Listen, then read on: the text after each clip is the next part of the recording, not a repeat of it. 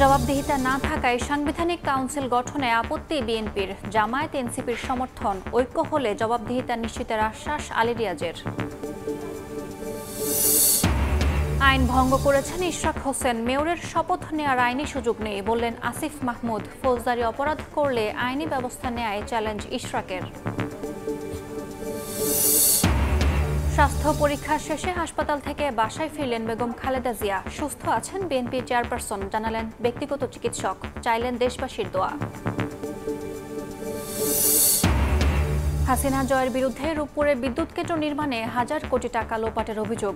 গণপূর্তে চিঠি দুদকের। দুর্নীতির অভিযোগে কলিমুল্লাহ সহ 5 জনের বিরুদ্ধে মামলা।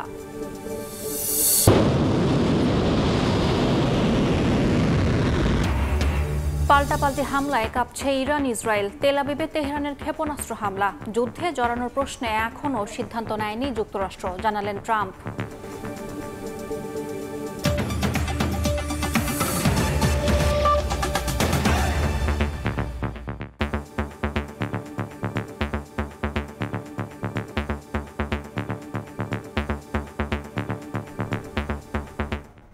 প্রবাসীর সময় সঙ্গে আছি আমি ইয়াসমিন অনন্যা।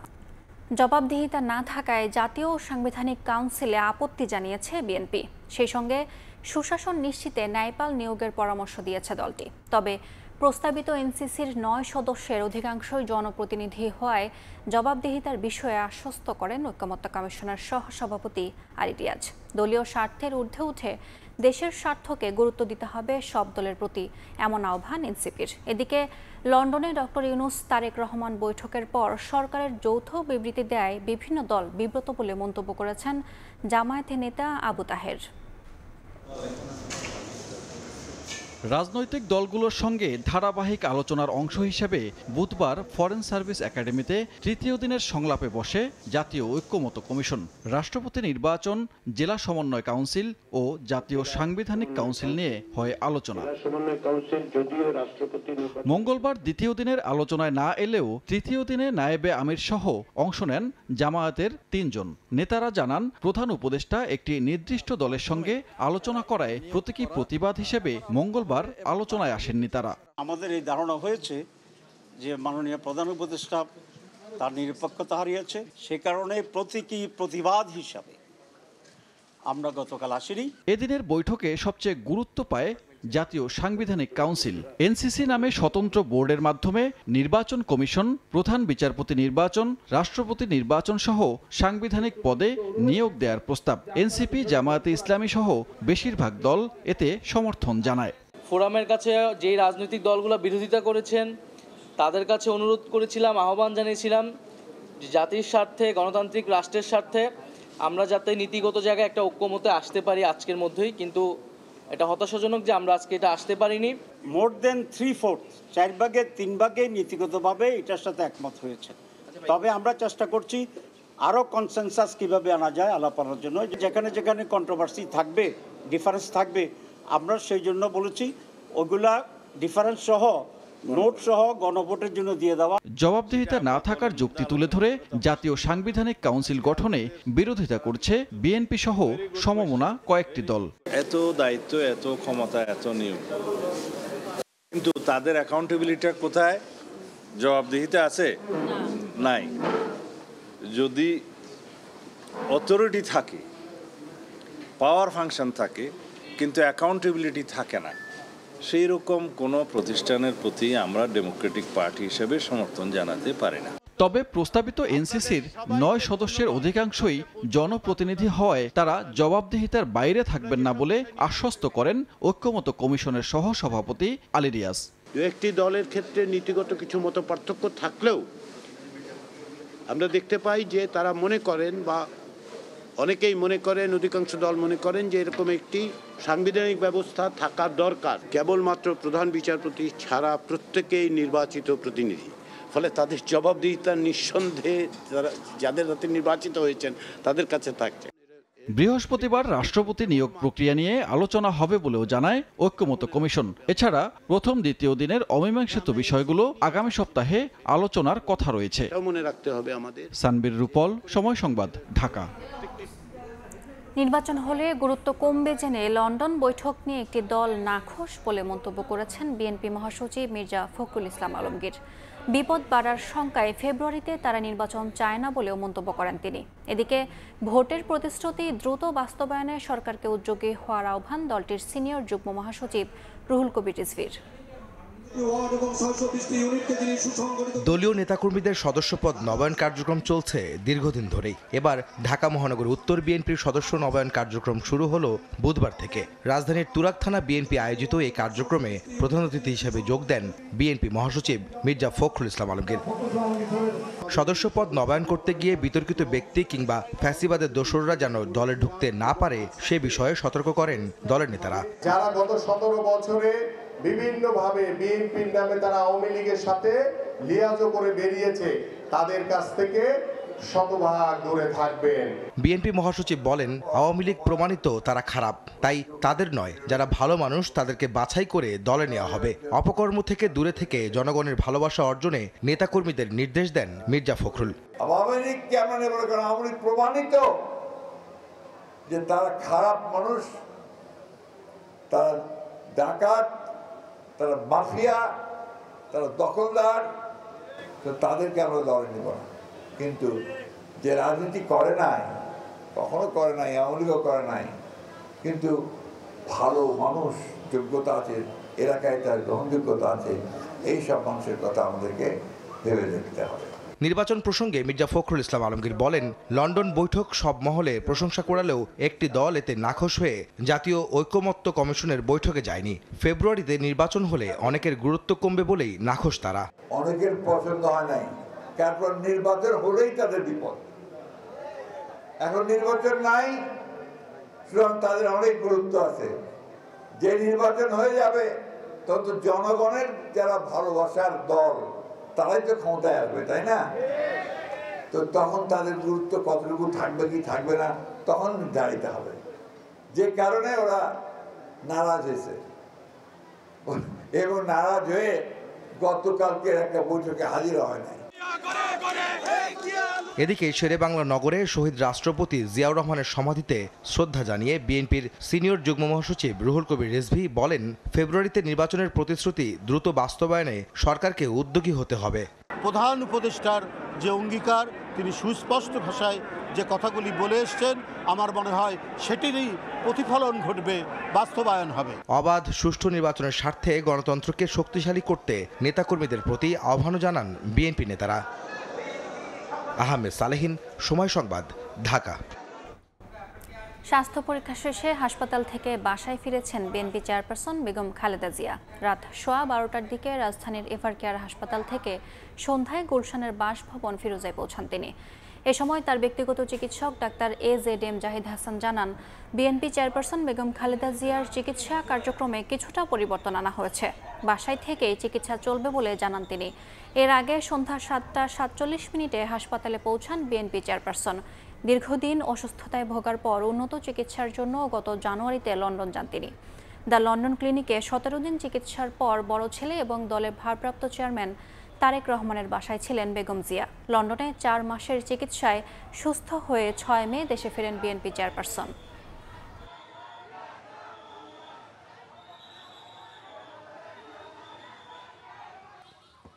বিদেশি চিকিৎসক প্রফেসর প্যাট্রিক কেনেডি এবং জেনিফার ক্রস ওনাদের পরামর্শক্রমে কিছু পরিবর্তন আনা হয়েছে এবং সে অনুযায়ী চিকিৎসা হাসপাতালেই শুরু করে দেওয়া হয়েছে এবং এটি মেডিকেল বোর্ডের তত্ত্বাবধানে বাসায় ওনার সে চিকিৎসা চলবে এবং আলহামদুলিল্লাহ উনি আপনাদের সবার দোয়ায় আল্লাহর অশেষ মেহেরবানিতে উনি কিছুক্ষণ আগে যে বাসায় এসছেন আপনারা দেখেছেন, উনি মোটামুটি তার শারীরিক অবস্থা স্থিতিশীল। ম্যাডাম খালেদা জিয়া আপনাদের সবার মাধ্যমে দেশবাসীর কাছে ওনার সুস্থতার জন্য দোয়া চেয়েছেন।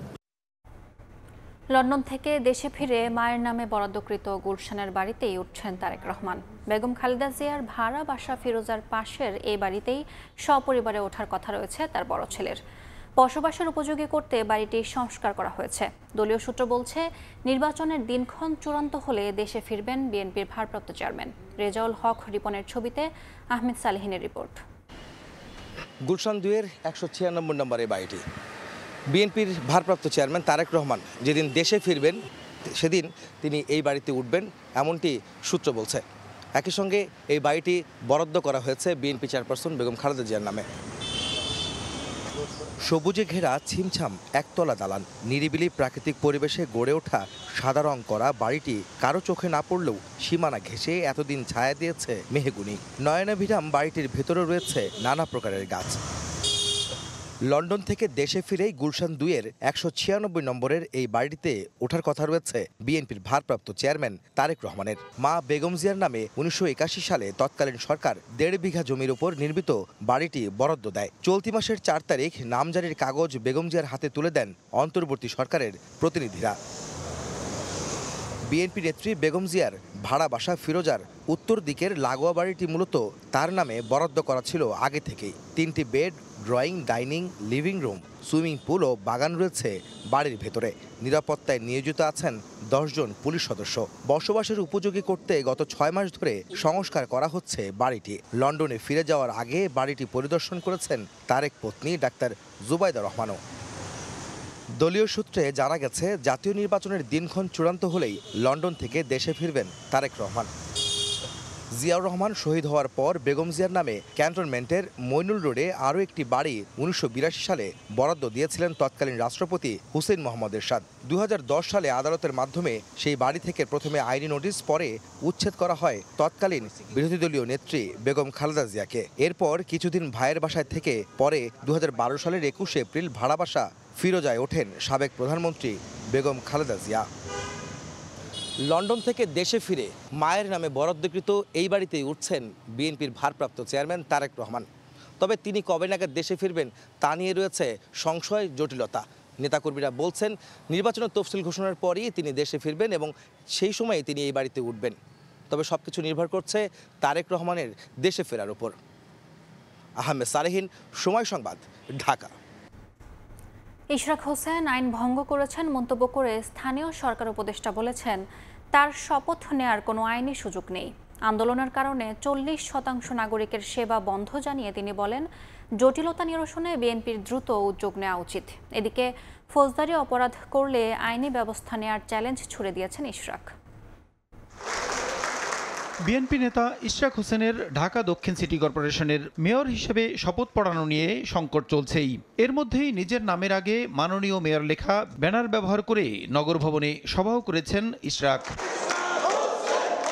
টানা অবস্থান কর্মসূচির অংশ হিসেবে বুধবার সকালেও প্রতীকী অবস্থান কর্মসূচি পালন করেন ইশরাক হোসেনের সমর্থকরা। এদিকে সরকারি কাজে বাধা দেয়ায় ইশরাক হোসেন ফৌজদারি অপরাধ করেছেন মঙ্গলবার স্থানীয় সরকার উপদেষ্টার এমন মন্তব্যের পরিপ্রেক্ষিতে বুধবার দুপুরে নগর ভবনে এসে ইশরাক বলেন, ফৌজদারি অপরাধ করলে আইনি ব্যবস্থা নেওয়া হোক। এ সময় স্থানীয় সরকারের বিরুদ্ধে নানা অনিয়মের অভিযোগও তোলেন বিএনপির এই নেতা। সরকার কোনো ভ্রুক্ষেপ করছে না, তারা দেখেও না দেখার ভান করছে। উপরন্তু গত 2-3 দিন যাবৎ তারা আমাদের এই আন্দোলনকে ভণ্ডুল করার জন্য নানাবিধ ষড়যন্ত্রে তারা লিপ্ত হয়েছে। এদিন বিকেলে সচিবালয়ে স্থানীয় সরকার উপদেষ্টা বলেন, সিটি কর্পোরেশনের মেয়াদ না থাকায় এবং গেজেট অনুযায়ী শপথের মেয়াদও শেষ হয়ে যাওয়ায় ইশরাক হোসেনের মেয়র হিসেবে শপথ নেয়ার আইনি সুযোগ নেই। ফাইলও উত্থাপন করা হয়েছিল শপথ দেওয়ার বিষয়ে।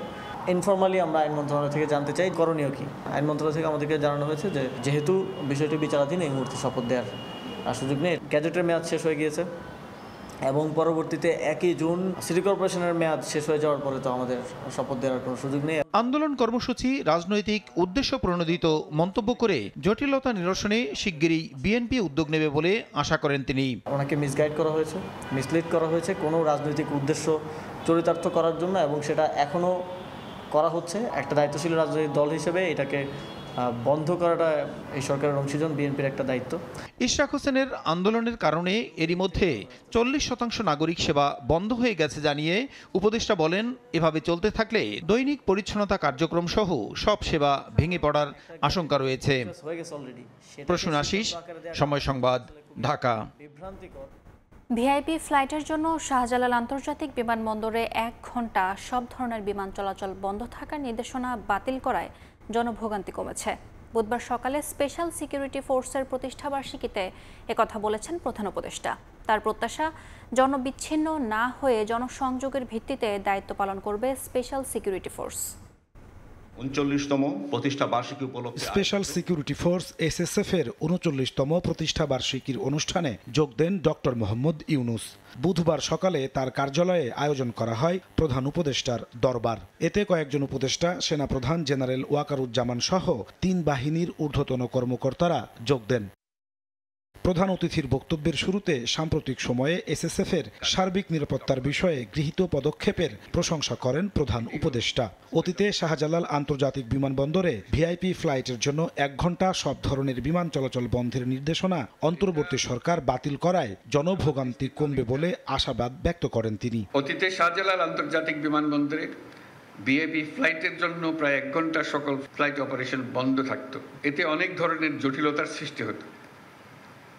আমি এই নিষেধাজ্ঞা তুলে দিয়েছি। এতে সাধারণ যাত্রীদের ভোগান্তি লাঘব হবে, কিন্তু এসএসএফ এর দায়িত্ব বেড়ে গিয়েছে। আমি মনে করি জনবিচ্ছিন্ন না হয়ে বরং জনসংযোগ ও নিরাপত্তার মেলবন্ধনের মাধ্যমেই এসএসএফ তার উপর অর্পিত সকল দায়িত্ব সফলতার সঙ্গে পালন করে যাবে। এসএসএফ এর প্রশিক্ষণ, অস্ত্র ও সরঞ্জামাদি আধুনিকায়নের প্রক্রিয়া চলমান আছে জানিয়ে প্রধান উপদেষ্টা বলেন, বাহিনীর সক্ষমতা বৃদ্ধির জন্য ইনডোর ফায়ার রেঞ্জ আগামী মাসে চালু করা হবে। খুব শীঘ্রই এসএসএফ তাদের 12 বছরের পুরাতন বিএইচএফ রেডিও কমিউনিকেশন সিস্টেম পরিবর্তন করে সর্বশেষ মডেলের ইউএইচএফ রেডিও কমিউনিকেশন সিস্টেম সংযোজন করবে। আমি জেনে খুশি হয়েছি যে এসএসএফ এর অত্যাধুনিক ইনডোর ফায়ারিং রেঞ্জের কাজ প্রায় সমাপ্ত এবং আগামী মাস থেকে এটা ব্যবহার করা সম্ভব হবে। বক্তব্যে ভিআইপিদের নিরাপত্তা দেওয়ার নামে সাধারণ মানুষের যেন ভোগান্তি না হয় সেদিকে খেয়াল রাখতে এসএসএফ সদস্যদের প্রতি নির্দেশনা দেন প্রধান উপদেষ্টা। নাজমুস সালেহী, সময় সংবাদ, ঢাকা। উন্নয়ন প্রকল্প পরিকল্পনার ক্ষেত্রে নেপাল, ভুটান সহ প্রতিবেশী দেশগুলোকে সংযুক্ত করার পরামর্শ দিয়েছেন প্রধান উপদেষ্টা অধ্যাপক মোহাম্মদ ইউনুস। বলেছেন, আন্তর্জাতিক সংযোগ স্থাপনের মাধ্যমে এ অঞ্চলে বিনিয়োগের হাব তৈরি করা হবে। বুধবার রাষ্ট্রীয় অতিথি ভবন যমুনায় টেকনাফ থেকে তেঁতুলিয়ার সমন্বিত অর্থনৈতিক করিডোর উন্নয়ন প্রকল্প নিয়ে আয়োজিত বৈঠকে সংশ্লিষ্ট কর্মকর্তাদের এ নির্দেশনা দেন তিনি। পরিবেশের ক্ষতি করে কোনো উন্নয়ন নয় জানিয়ে প্রধান উপদেষ্টা বলেন, উন্নয়ন প্রকল্প পরিকল্পনার ক্ষেত্রে নদীর পানি প্রবাহ যাতে নিরবিচ্ছিন্ন থাকে তা নিশ্চিত করতে হবে।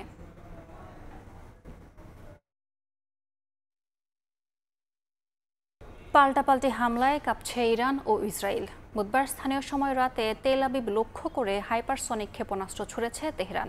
বিষয়টি নিশ্চিত করে নেতানিয়াহু বাহিনী। এদিকে আয়াতুল্লাহ আলী খামেনির সরাসরি যুদ্ধ শুরুর ঘোষণার পর ট্রাম্প বলেছেন, ইরানে হামলায় অংশ নেওয়া প্রশ্নে এখনও কোনো সিদ্ধান্ত নেননি তিনি। ট্রাম্প দাবি করেন, শান্তি আলোচনার জন্য হোয়াইট হাউসে যাওয়ার ইঙ্গিত দিয়েছে ইরান। তবে মার্কিন প্রেসিডেন্টের এমন বক্তব্য নাকচ করে দিয়েছে তেহরান। পাল্টাপাল্টি হামলায় ইরান ইসরায়েল সংঘাত তুঙ্গে। বুধবার রাতেও ইসরায়েলের বিভিন্ন জায়গায় ক্ষেপণাস্ত্র ছুড়েছে ইরান। তেহরানের দাবি, ফাতাহ নামের হাইপারসনিক ক্ষেপণাস্ত্রগুলো ইসরায়েলের আকাশ প্রতিরক্ষা ব্যবস্থা ভেদ করে সফলভাবে প্রবেশ করেছে। এতে ক্ষয়ক্ষতিরও দাবি করেছে তেহরান। ইরান থেকে ক্ষেপণাস্ত্র ছোড়ার বিষয়টি নিশ্চিত করেছে ইসরায়েলের প্রতিরক্ষা বাহিনীও। এর আগে ইরানের বেশ কয়েকটি স্থাপনায় হামলার দাবি করে ইসরায়েল। আন্তর্জাতিক পরমাণু শক্তি সংস্থা জানায়, তেহরানের 2টি সেন্ট্রিফিউজ উৎপাদন কেন্দ্র ক্ষতিগ্রস্ত হয়েছে। ইরানের রকেট লঞ্চারগুলোতেও হামলার দাবি করে ইসরায়েল। নেতানিয়াহু প্রশাসনের দাবি, ইসরায়েলে এ পর্যন্ত 400 ব্যালিস্টিক ক্ষেপণাস্ত্র ও 1000 ড্রোন ছুড়েছে ইরান। বুধবার জাতির উদ্দেশ্যে এক ভিডিও বার্তায় ইরান কখনো আত্মসমর্পণ করবে না বলে সাফ জানান আয়াতুল্লাহ আলী খামেনি। কারো চাপিয়ে দেয়া যুদ্ধও তেহরান মানবে না বলে হুঁশিয়ারি দেন ইরানের সর্বোচ্চ ধর্মীয় নেতা। ইরান কখনো আত্মসমর্পণ করবে না। যারা ইরানকে জানে, এই জাতির ইতিহাস জানে, তারা কখনো এই দেশের বিরুদ্ধে হুমকির ভাষায় কথা বলে না। আর আমেরিকানদের জানা উচিত, মার্কিন যে কোনো সামরিক হস্তক্ষেপ তাদের জন্য অপূরণীয় ক্ষতি ডেকে আনবে। ইসরায়েল ইরানে হামলা চালিয়ে যে ভুল করেছে তার জন্য তাকে শাস্তি পেতেই হবে।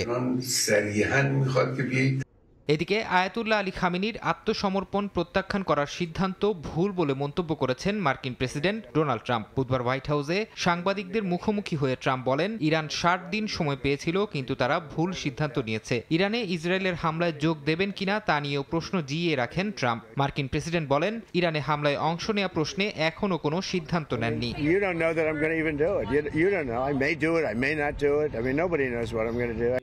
ইরান ইস্যুতে মার্কিন প্রেসিডেন্ট যে সিদ্ধান্ত নেবেন তা বাস্তবায়নে যুক্তরাষ্ট্রের সেনারা প্রস্তুত আছে বলে জানিয়েছেন দেশটির প্রতিরক্ষা মন্ত্রী পিট হেগসেথ। বুধবার সিনেট আর্মড ফোর্সেস কমিটিতে দেয়া বক্তব্যে তিনি ইঙ্গিত দেন, কয়েকদিনের মধ্যেই ইরান ইসরায়েল সংঘাত ইস্যুতে যুক্তরাষ্ট্রের অবস্থান স্পষ্ট হবে। If and when those decisions are made, the department is prepared to execute. ইরানি কর্মকর্তারা হোয়াইট হাউসে বৈঠকের জন্য অনুরোধ জানিয়েছেন বলেও দাবি করেছেন মার্কিন প্রেসিডেন্ট ডোনাল্ড ট্রাম্প। তবে তার এমন মন্তব্য প্রত্যাখ্যান করেছে জাতিসংঘে ইরানের মিশন। এক বিবৃতিতে ট্রাম্পের এই দাবিকে মিথ্যা বলে মন্তব্য করেন তারা। ফরহাদ চৌধুরী, সময় সংবাদ। শেখ হাসিনা সহ তার পরিবারের বিরুদ্ধে রূপপুর পারমাণবিক কেন্দ্র নির্মাণের নামে হাজার কোটি টাকা লোপাটের অভিযোগ অনুসন্ধানে দুদক এবার গণপূর্তে চিঠি দিয়েছে সংস্থাটি। অভিযোগে বলা হয়েছে, শেখ হাসিনা, শেখ রেহানা, টিউলিপ সিদ্দিক ও জয় ৪৯,০০০ কোটি টাকা লোপাট এবং শেখ হাসিনা, জয় $৩০০ মিলিয়ন পাচার করেছেন। এদিকে উন্নয়ন প্রকল্পের নামে দুর্নীতির অভিযোগে বেগম রোকেয়া বিশ্ববিদ্যালয়ের সাবেক ভিসি নাজমুল আহসান কলিমুল্লাহ সহ 5 জনের বিরুদ্ধে মামলা করেছে দুদক। গণ অভ্যুত্থানের পর থেকেই শেখ পরিবারের বিরুদ্ধে মেগা প্রকল্পের নামে অর্থ লুটপাটের বিস্তর দুর্নীতির ফিরিস্তি জমা পড়তে থাকে দুদকে। গেল বছরের ডিসেম্বরে 9 মেগা প্রকল্প থেকে প্রায় ৮০,০০০ কোটি টাকা দুর্নীতির অভিযোগে অনুসন্ধানে নামে সংস্থাটি। এর মধ্যে অন্যতম রূপপুর পারমাণবিক বিদ্যুৎ কেন্দ্র। অভিযোগে বলা হয়েছে, শেখ হাসিনা, শেখ রেহানা, টিউলিপ সিদ্দিক ও জয়সহ সংশ্লিষ্টদের বিরুদ্ধে রূপপুর পারমাণবিক বিদ্যুৎ কেন্দ্রের নামে ৪৯,০০০ কোটি টাকা লোপাট এবং শেখ হাসিনা, জয় $৩০০ মিলিয়ন পাচার করেছেন। অনুসন্ধান দলের রুটিন কাজ, তারা যে রেকর্ডপত্র সংগ্রহ করবেন, সংশ্লিষ্ট ব্যক্তিদেরকে জিজ্ঞাসাবাদ করবেন, এটা নিয়মিত কাজ। এদিন রংপুর বেগম রোকেয়া বিশ্ববিদ্যালয়ের উন্নয়ন প্রকল্পের নামে 4 কোটি টাকা আত্মসাতের অভিযোগে সাবেক 2 ভিসি নাজমুল আহসান কলিমুল্লাহ, AKM নুরুন নবী সহ 5 জনের বিরুদ্ধে মামলা করেছে সংস্থাটি। বেগম রোকেয়া বিশ্ববিদ্যালয়ের সাবেক উপাচার্য জনাব AKM নুরুন নবী, জনাব নাজমুল আহসান কলিমুল্লাহ সাবেক উপাচার্য, জনাব মোহাম্মদ জাহাঙ্গীর আলম সাবেক নির্বাহী প্রকৌশলী সহ 5 জন কর্মকর্তার বিরুদ্ধে সংশ্লিষ্ট ধারায় একটি মামলা রুজুর সিদ্ধান্ত গৃহীত হয়েছে। দুদক মহাপরিচালক জানান, বিশ্ববিদ্যালয়ের উন্নয়ন প্রকল্প জুড়েই নকশা পরিবর্তন, চুক্তিতে মন্ত্রণালয়ের অনুমোদন উপেক্ষা সহ নানা অনিয়মের প্রমাণ মিলেছে। তাসলিম তৌহিদ, সময় সংবাদ, ঢাকা। ড্রোনে খুঁজতেন জুলাই আন্দোলনকারীদের সেই ফুটেজ পাঠানো হতো র্যাব, পুলিশ, আওয়ামী লীগকে। পরে ফুটেজ দেখে আন্দোলনকারীদের হেলিকপ্টার থেকে গুলি করতেন পুলিশ কর্মকর্তা ইশতিয়াক আহমেদ। সাবেক বিচারপতির ছেলে ইশতিয়াককে বুধবার হাজির করা হয় ট্রাইব্যুনালে। এদিন গুম ও অপহরণের মামলায় র্যাবের আইন ও গণমাধ্যম শাখার সাবেক পরিচালক মোহাম্মদ সোহাইলকে গ্রেফতার দেখিয়ে কারাগারে পাঠিয়েছেন বিশেষ ট্রাইব্যুনাল। জুলাই আগস্টের হত্যা মামলায় বুধবার কাঠগড়ায় দাঁড় করানো হয় সাবেক এক বিচারপতির পুলিশ কর্মকর্তা ছেলেকে। ইশতিয়াক আহমেদ নামে এই পুলিশ কর্মকর্তার বিরুদ্ধে অভিযোগ, ড্রোন উড়িয়ে আন্দোলনকারীদের জমায়েত শনাক্ত করে সেই ফুটেজ র্যাব, পুলিশ ও আওয়ামী লীগের কাছে সরবরাহ করা, যা দেখে হেলিকপ্টার থেকে গুলি ছুড়েছিল র্যাব। মঙ্গলবার এই মামলার তদন্ত শেষ করতে সময় আবেদন করে প্রসিকিউশন। 15 সেপ্টেম্বর তদন্ত প্রতিবেদন দাখিলের নির্দেশ দেন ট্রাইব্যুনাল। হেলিকপ্টারের মাধ্যমে গুলিবর্ষণ করে ছাত্র জনতার অবস্থান নির্ণয় করা এবং তাদেরকে হত্যা করা, সেখানে ড্রোন ব্যবহারের যিনি দায়িত্বে ছিলেন ইশতিয়াক আহমেদ, ওনাকে আজকে ট্রাইব্যুনালে হাজির করা হয়েছিল। আমরা এই মামলায়ও তদন্ত প্রতিবেদন দাখিলের জন্য তদন্ত সংস্থার আবেদনের প্রেক্ষিতে সময় চেয়েছি, ট্রাইব্যুনাল সময়ের আবেদন মঞ্জুর করেছে। এদিন গুম ও অপহরণের মামলায় র্যাবের আইন ও গণমাধ্যম শাখার সাবেক পরিচালক মোহাম্মদ সোহাইলকে গ্রেফতার দেখিয়ে কারাগারে পাঠান বিশেষ ট্রাইব্যুনাল। প্রসিকিউশন বলছে, এক ব্যক্তিকে 47 দিন গুম করে রাখার অভিযোগে তাকে গ্রেফতার দেখানো হয়েছে। 2012 সালের দিকে একজন সিভিলিয়ানকে গ্রেফতার করে তার উপরে অমানসিক নির্যাতন করে তাকে দীর্ঘদিন গুম রেখে তাকে মিথ্যা মামলায় কারাগারে প্রেরণ করা, সেই ভিকটিম নিজে এসে অভিযোগ করে গিয়েছে। আমরা সেই অভিযোগের প্রেক্ষিতে তদন্ত সংস্থা থেকে তার বিরুদ্ধে প্রাথমিক সত্যতা পাওয়ায় তার বিরুদ্ধে প্রোডাকশন ওয়ারেন্টের আবেদন করেছিলাম। সে অনুযায়ী প্রোডাকশন ওয়ারেন্ট ইস্যু হয়েছিল। আজকে তাকে ট্রাইব্যুনালে হাজির করা হয়েছিল এবং শোন অ্যারেস্ট দেখিয়ে কারাগারে প্রেরণ করা হয়েছে। এখনো পর্যন্ত কমান্ডার সোহাইল একমাত্র আসামি, আর অন্যান্য যাদের বিরুদ্ধে তদন্ত সংস্থা প্রাথমিক সত্যতা পেয়েছে তাদের ব্যাপারে এখনো কোনো স্টেপস আমাদের কাছে নিয়েছে বলে কোনো তথ্য প্রেরণ করে নাই। এদিকে গণঅভ্যুত্থানে মিরপুর হত্যাযজ্ঞের মামলায় সাবেক এমপি কামাল আহমেদ মজুমদার ও যুবলীগ ক্যাডার সাদ্দামকে 15 সেপ্টেম্বর হাজির করার নির্দেশ দেওয়া হয়েছে। আন্দোলনের সময় সাদ্দাম গুলি করার দায় স্বীকার করে এরই মধ্যে আদালতে জবানবন্দি দিয়েছেন। আফজাল হোসেন, সময় সংবাদ, ঢাকা। চাঁপাইনবাবগঞ্জ সীমান্ত দিয়ে আরও 20 জনকে পুশিন করেছে বিএসএফ। ভোরে মুষলধারে বৃষ্টির মধ্যেই মাসুদপুর সীমান্ত দিয়ে কাঁটাতার খুলে 20 জনকে বাংলাদেশে ঠেলে পাঠানো হয়। খবর পেয়ে বিজিবি তাদের আটক করে শিবগঞ্জ থানায় হস্তান্তর করে। আটককৃতদের দাবি তারা কুড়িগ্রামের বাসিন্দা, কাজের তাগিদে বিভিন্ন সময়ে ভারতে গিয়েছিলেন। তাদের মধ্যে 3 জন পুরুষ, 7 জন নারী ও 10 জন শিশু রয়েছে। এই ঘটনায় বিএসএফের কাছে জোর প্রতিবাদ জানিয়েছে বিজিবি।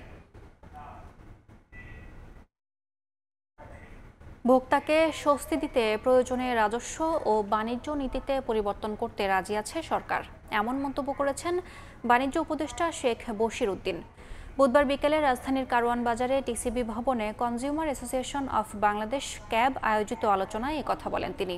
উপদেষ্টা আরও বলেন, আওয়ামী লীগ সরকারের আমলে বাজার ব্যবস্থা ধ্বংস করে সিন্ডিকেট তৈরি করা হয়েছে। নতুন করে বাজার গড়ার এই সময় এখন ভোক্তার সিন্ডিকেট গড়ে তোলার ব্যাপারে মত দেন তিনি।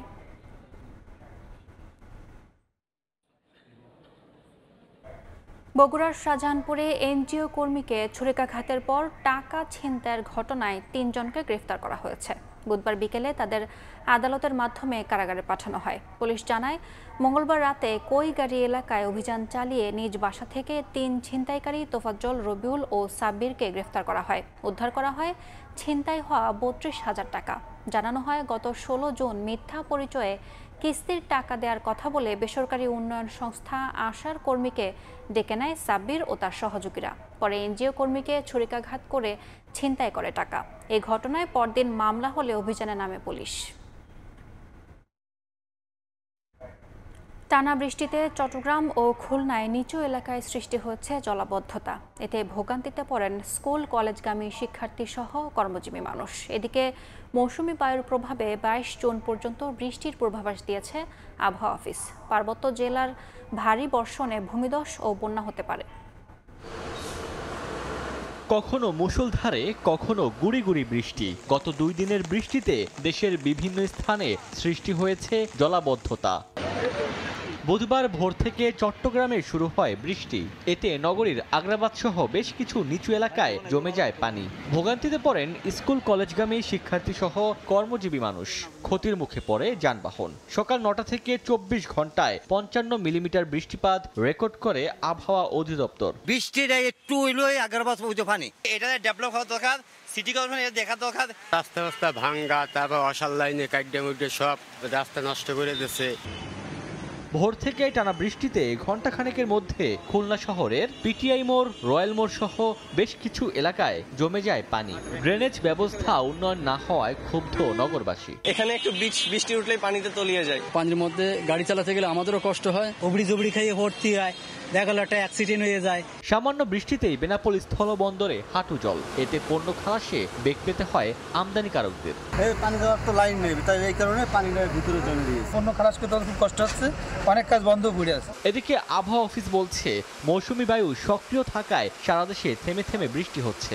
চট্টগ্রাম সহ পার্বত্য জেলায় ভারী বর্ষণে ভূমিধস ও বন্যার পূর্বাভাস দেওয়া হয়েছে। বৃষ্টিপাত ঢাকা সহ সারা বাংলাদেশে আরো 2 থেকে 3 দিন অব্যাহত থাকবে। বৈরী আবহাওয়ায় পায়রা বন্দরে 3 নম্বর সতর্ক সংকেত দিয়েছে আবহাওয়া অধিদপ্তর। ওমর ফারুক, সময় সংবাদ।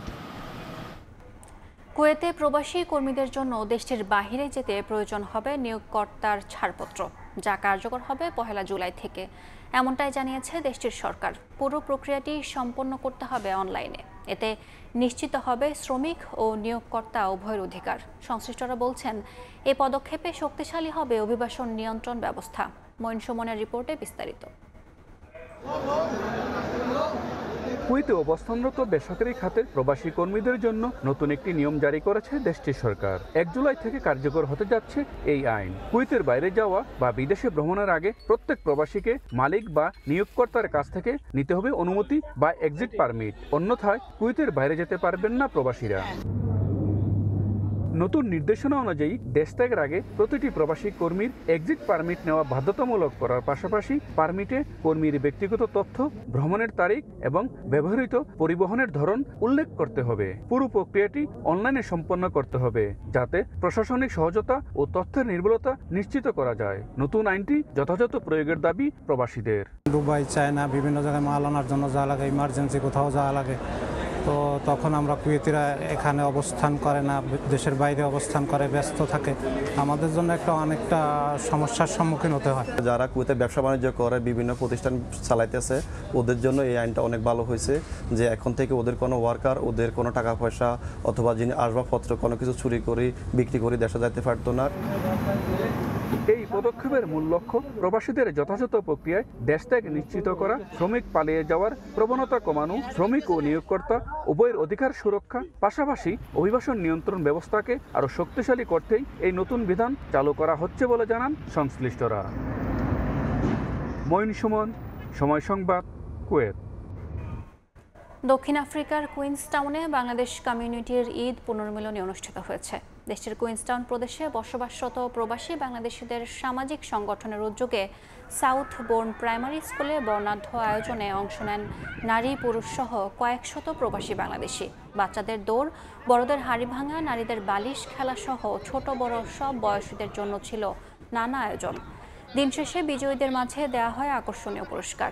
দীর্ঘদিন পরে সুন্দর আয়োজনে অংশ নিতে পেরে খুশি আগত প্রবাসী বাংলাদেশিরা।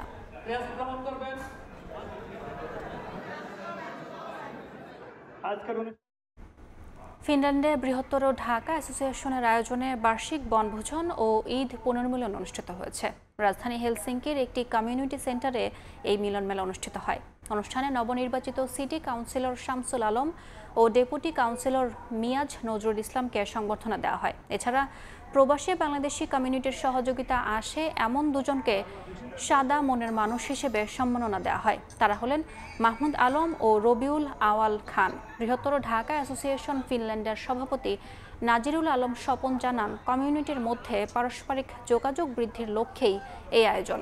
দিনব্যাপী আয়োজনে খেলাধুলার পাশাপাশি সাংস্কৃতিক অনুষ্ঠান মাতিয়ে রাখে সবাইকে।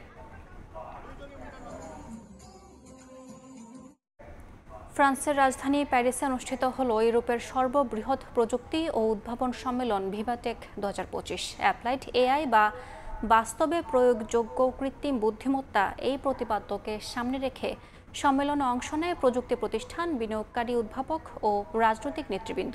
উদ্বোধনী দিন আলোচনা যোগ দেন ফরাসি প্রেসিডেন্ট ইমানুয়েল ম্যাক্রো। সম্মেলনে অংশ নেয় 100-টির অধিক এআই স্টার্টআপ। পরিবেশ, শক্তি, চিকিৎসা ও নগর ব্যবস্থাপনা খাতে এআই নির্ভর প্রযুক্তি তুলে ধরে তারা। ভিভাটেক সম্মেলনে উদ্ভাবনী সেবা ও পণ্য উপস্থাপন করে বাংলাদেশি 14টি স্টার্টআপ। আয়োজকরা জানান, 4 দিনব্যাপী এই সম্মেলন এআই নির্ভর ভবিষ্যৎ, উদ্যোক্তা চেতনা এবং প্রযুক্তির মানবিক ব্যবহারের একটি নতুন রূপরেখা নির্ধারণ করছে।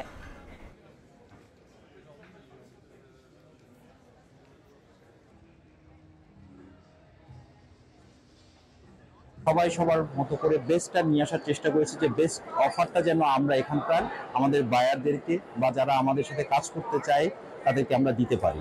আগের বার থেকে এবার আমরা প্রায় 10 গুণ বেশি লিড জেনারেট করতে পারছি। আমাদের মিটিং অনেক মিটিং হয়েছে যে অনেকে আর নতুন মিটিং সেট করতে পারছে না। আইটি ইন্ডাস্ট্রির গ্রোথ যদি আমরা এনশিওর করতে পারি এবং they can reach the global footprint আর market, they can grow their businesses and then create more jobs for the country, for the young people. এ পর্যায়ে শীর্ষ সংবাদগুলো জানিয়ে দিচ্ছে আরেকবার। জবাবদিহিতা না থাকায় সাংবিধানিক কাউন্সিল গঠনে আপত্তি বিএনপির। জামায়াত এনসিপির সমর্থন, ঐক্য হলে জবাবদিহিতা নিশ্চিতের আশ্বাস আলী রিয়াজের। স্বাস্থ্য পরীক্ষা শেষে হাসপাতাল থেকে বাসায় ফিরলেন বেগম খালেদা জিয়া। সুস্থ আছেন বিএনপি চেয়ারপারসন, জানালেন ব্যক্তিগত চিকিৎসক। চাইলেন দেশবাসীর দোয়া।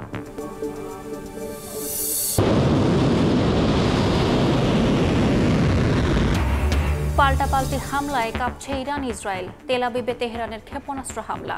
যুদ্ধে জড়ানোর প্রশ্নে এখনও সিদ্ধান্ত নেয়নি যুক্তরাষ্ট্র, জানালেন ট্রাম্প।